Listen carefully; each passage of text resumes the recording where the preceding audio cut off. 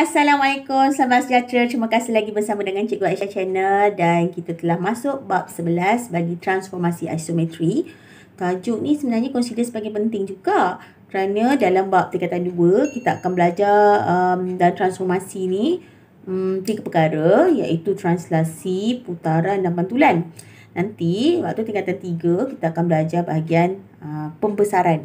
Transformasi yang bahagian pembesaran tau. Nanti naik tingkatan 5 kamu pun akan belajar lagi tajuk transformasi ni tapi dia gabungan. Jadi kena faham betul-betul tajuk tingkatan 2 ni supaya mudah esok. Bukan saja untuk PT3, malah untuk SPM pun nak pakai tajuk ni. Jom kita tengok tajuk bab 11 transformasi isometri.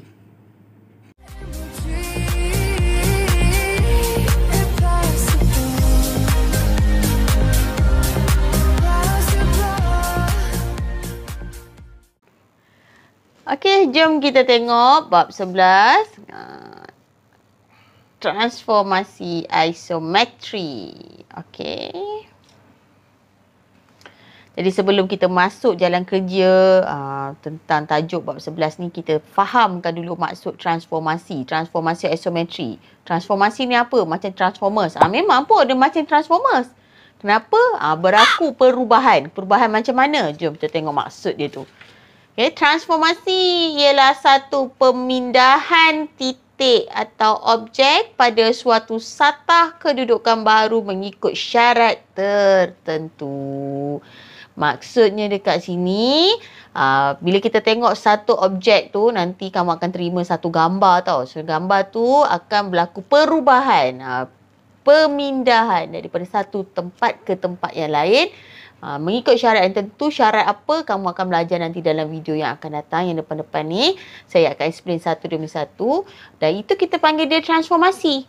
Yang mana objek itu berubah kedudukan. Berlaku pemindahan dari satu tempat ke tempat yang lain. Itu kita panggil dia transformasi. Kan? Minat tak Transformers? Transformers kan ada tukar sana, tukar sini. Sama juga ni. Dia tukar kedudukan. Kedudukan titik atau objek. Daripada satu tempat kepada satu tempat ikut syarat tertentu. Transformasi ni dia ada beberapa pecahan tau.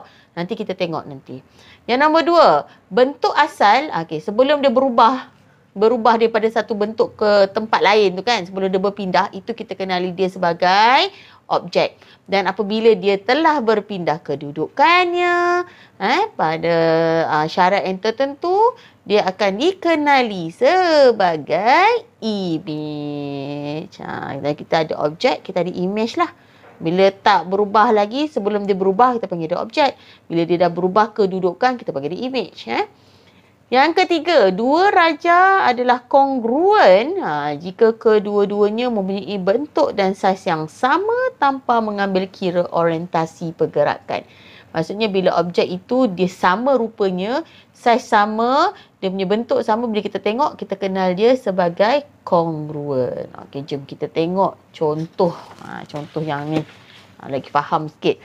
Dekat sini saya suka nak cerita sikit. Kalau kamu tengok, kita ada satu bentuk dan ada lagi satu bentuk dan kita ada arrow. Satu bentuk asal ni kita panggil dia objek. Jadi selalunya dalam tajuk transformasi isometri ni, bila kita nampak dia tanda setiap bucu pada objek tu, dia letakkan nama tau. Namanya A, B, C, D. Dan ini pun sama. A, B, C, D. Yang mana ini kita kenali dia sebagai objek. Yang ini kita kenali dia sebagai image. Yang mana dia telah berlaku permindahan kedudukan objek. Daripada sini pindah ke sini. Jadi bila kamu nampak dia punya tulisan macam ni. Ada bulat lah ni. Maksudnya tak ada koma. Dia lagi tanda tanpa koma. Yang macam ni kita panggil dia objek lah. Objek. Jadi kalau dia ada koma macam B koma, C koma, D koma, A koma, yang ni kita panggil dia image. Kalau kita tengok tu kita faham lah. Oh, ini objek, ini image dengan tanda kehadiran koma yang ke atas tu. Kita boleh tahu satu objek, satu image. Jadi dalam gambar ni dia tanya, adakah ini satu transformasi atau bukan? Ya, saya kata dia transformasi. Kenapa? Daripada kedudukan di sini berlaku satu transformasi.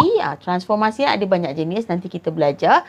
Dan dia telah berubah dan berpindah kedudukannya pada kedudukan yang lain. Jadi kita panggil dia ini sebagai transformasi. Jangan tulis transformers pula, transformasi. Okay? Jom kita tengok contoh yang kedua. Dia tanya kita, tentukan sama ada rajah ini merupakan kongruen ataupun tidak. Yang ni dia kongruen tau. Kenapa saya kata dia kongruen? Okey, rajah ini kita tak tahu mana objek, mana image. Kerana dia tak bagi pun nama ke setiap bucu tu. Tak apa, kongruennya kita nak tahu adakah dia punya size dan adakah dia punya bentuk dia sama. Jadi dalam kes ni, saiz sama, bentuk sama, maka saya katalah dia adalah kongruen. Ni adalah kongruen. Kalau saya bagi bentuk 1 segi 4, 1 segi 3, ini kongruen tak? Ini bukanlah kongruen. Tidak kongruen lah. Tidak kongruen. Kenapa tidak kongruen pula? Kerana dia dah bentuk dah berbeza. Saiz pun mungkin sama tapi lebih kurang kan. Tapi dia tak sama. Dari segi bentuk dan juga saiz. Ini bentuk dan saiz sama. Maka ini kongruen. Ini tidak kongruen. Kalau dia bagi 1 bintang 1 bulan. Tidak kongruen. Kalau dia bagi segitiga. Yang sama saiz. Yang sama bentuk. Itu adalah kongruen. Kongruen ni maksudnya singkatan dia sama. Twin. Kembar. Sama bentuk je. Okey, jomlah kita masuk jenis transformasi yang pertama. Saya nak cerita. Transformasi yang pertama. Translasi.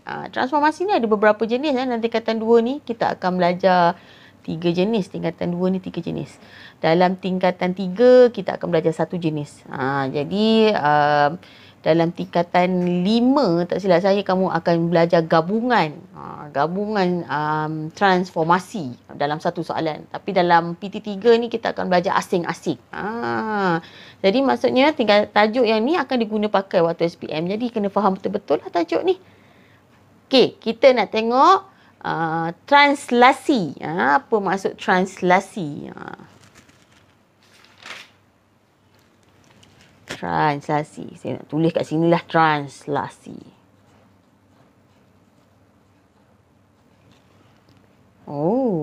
Translasi. Ni. Translasi ni adalah suatu pergerakan bentuk, saiz, orientasi bagi objek dan image yang samalah. Maksudnya macam ni kan. Ini sebenarnya transformasi jenis translasi. Ini saya kategorikan dia sebagai translasi lah. Translasi ni maksudnya bentuk, saiz dan orientasi objek tu dan juga image dia sama. Dia tak berubah. Yang bezanya tempat sahaja. Jadi kat sini kalau tengok translasi ialah suatu di bawah satu translasi bentuk, saiz dan orientasi bagi objek dan image adalah sama. Objek, image, kita tengok objek, tengok image, bentuk dia sama, saiz dia sama. Yang orientasi maksudnya dia punya bentuk tu tak ada tunggang terbalik, dia sama je. Macam ni bentuk ni trapezium, macam ni bentuk trapezium. Tak adalah trapezium menegak ke terbalik sana ke tak. Yang ni kita kenali dia transformasi jenis translasi. Ini translasi lah.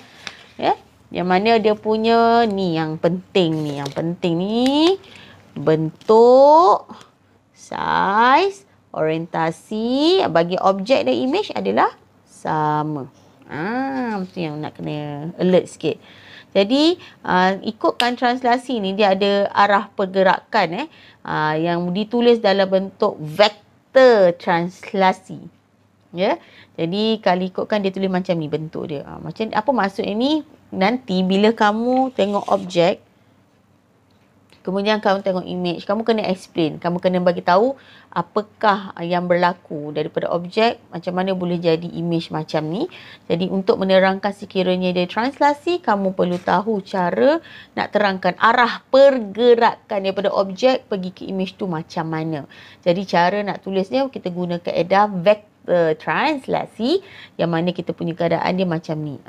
Yang mana A ini mewakili nilai pada paksi, sebenarnya paksi X. Paksi X. Yang mana nilai A positif maksudnya bergerak ke kanan. Nilai A negatif maksudnya bergerak ke kiri. Yang bawah ni sebenarnya mewakili paksi Y yang mana dia bergerak ke atas dan ke bawah.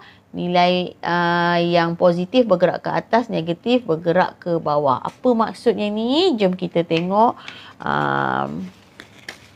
maksud translasi dari segi bentuk. Dari segi bentuk pula. Tentukan sama ada transformasi yang ini adalah satu translasi ataupun bukan.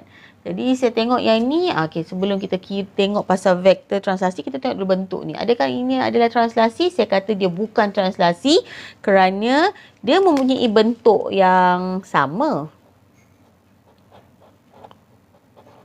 Saiz yang sama. Tapi adakah orientasinya sama? Orientasinya tidak sama. Maka ini kita panggil dia bukan translasi. Bukan translasi. Ini transformasi tapi transformasi yang bukan translasi. Bukan kerana orientasinya tak sama. Okey. Kalau yang ni, yang tadi kita tengok, ini kita kategorikan dia transformasi pattern translasi. Kenapa kita panggil dia translasi? Kerana bentuk dia sama. Kita tengok dia punya bentuk sama. Dia punya saiz sama. Orientasi pun sama. Maka ini kita panggil dia sebagai, ya Allah, kenapa saya salah eja ni? Translasi. Translasi. Tu dia sebutan dia. Translasi. Ini bukan translasi. Translasi. Baiklah, rasanya cikgu tak nak sambung lah cerita pasal vektor translasi tu. Sebab vektor translasi ni panjang lagi ni. Banyak cerita panjang. Jadi cikgu nak masuk dalam video akan datang. Bagaimana kita nak mengira vektor translasi dalam tajuk translasi ni. Okay? Boleh follow video cikgu untuk fahamkan lebih mendalam tajuk translasi. Salah silap cikgu minta maaf. Okay. Teruskan menonton video Cikgu Aisyah Channel. Jumpa lagi. Bye-bye.